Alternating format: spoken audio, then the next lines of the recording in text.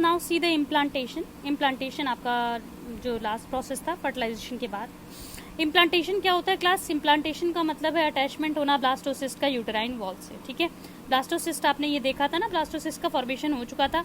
अब इसका जो अटैचमेंट होगा वो किसके साथ होगा? आपकी यूटेराइन वॉल के साथ होगा। क्लास ये 7 डेज के अंदर हो जाता है, ये फर्टिलाइजेशन के 7 डेज के अंदर हो जाता है। अगर 7 डेज लिख के आता तो आप 7 डेज पे ही टिक करेंगे। ठीक है, और अगर 6 डेज लिख के आता तो 6 डेज पे भी टिक कर सकते हैं। वैसे अधिकतर बुकों में 7 डेज ही लिखा रहता है, तो ये 7 डेज के अंदर इम्प्लांटेशन आपके हो जाता है। वैसे इस टॉपिक से आपके ज़्यादातर क्वेश्चन oogenesis स्पर्मेटोजेनेसिस से ही आते हैं क्लास, तो ज़्यादा परेशान मत होइएगा।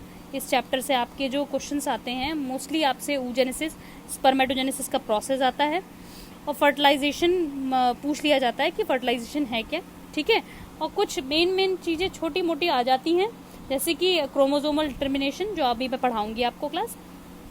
यहाँ तक देखिए आपको समझ में आ गया होगा कि इम्प्लांटेशन का मतलब अटैचमेंट होता है क्लास। ठीक है, अब देखिए मैं आपको एक डायग्राम दिखा रही हूँ, ये देखिए क्लास, यहाँ ध्यान देखिए दीजिए, ये बहुत माइन्यूट टॉपिक है। देखिए जो नॉर्मल लोकेशन होती है वो यूट्रस होती है इम्प्लांटेशन की, है ना, और नॉर्मल लोकेशन जो होती है वो आपकी इम्प्लांटेशन होती है। यहाँ पे देख रहे होंगे आप, यहाँ सीरियल वाइज दिखाया गया है कि नॉर्मल लोकेशन इम्प्लांटेशन है तो फर्टिलाइजेशन के 7 दिन तक ही हो जाता है क्लास। ये है प्रोसेस जो डे वाइज दिखाया गया है। जैसे ब्लास्टोसिस्ट, ये देख रहे हैं ब्लास्टोसिस्ट आया, पहले ब्लास्टोसिस्ट हो जाता है जैसे ही, तो उसके बाद ट्रोफोब्लास्ट आता है सर। उसके बाद ट्रोफोब्लास्ट की क्या होता है क्लास?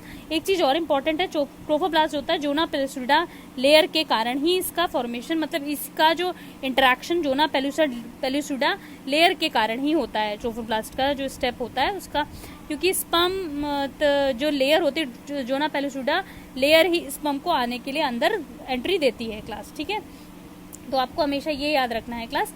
और एक चीज़ और भी ध्यान रखनी है क्लास, अगर आपका स्पर्म यूट्रस में ना फर्टिलाइजेशन होके कहीं और, मतलब इसकी नॉर्मल लोकेशन हमेशा यूट्रस ही होती है इम्प्लांटेशन की।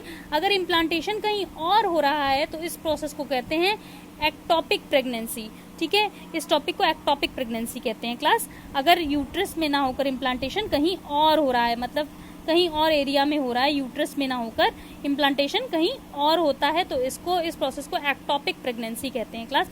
अब आपने पढ़ लिया था ट्रोफोप्लास्टिक लेयर से आया, फिर ट्रोफोप्लास्टिक लेयर से आपने पढ़ा था ब्लास्टोसील का फॉर्मेशन हो रहा था क्लास। ब्लास्टोसिस्ट से ट्रोफोब्लास्ट बन रहा था। ठीक है, तो फिर उसके बाद क्या होता है क्लास? यहाँ पे इंटरेक्शन होने लगता है, मतलब यहाँ पे टिश्यू रिलीज कर देते हैं, यहाँ पे आपका पूरा फॉर्मेशन होने लगता है, जो आपको बहुत लाइटली चीज़ें पढ़नी है, इसमें इतने डीपली नहीं पढ़नी है क्लास। ठीक है, वो आपको पोस्ट ग्रेजुएशन में पढ़नी होगी, अभी नहीं पढ़नी है इतनी सारी चीज़ें आपको। तो अभी के लिए आप इतना ही जानिए कि जो जोनो पेलुसिडा लेयर है वो बहुत ही हेल्पफुल है इन सब चीज़ों के लिए, क्योंकि जोना पेलुसिडा लेयर ही आपकी एंट्री देती है, किसको? स्पर्म को एंट्री देती है क्लास। अब यहाँ पे देखिए, यहाँ पे आपके डे वाइज बने हुए हैं, ये एम्प्यूला है आपका। ठीक है, डे 1 से मोरुला चली, फिर क्लीवेज आया। ठीक है, आपके जो 3rd 4th 16 सेल्स बन गए थे, याद होगा आपको, है ना।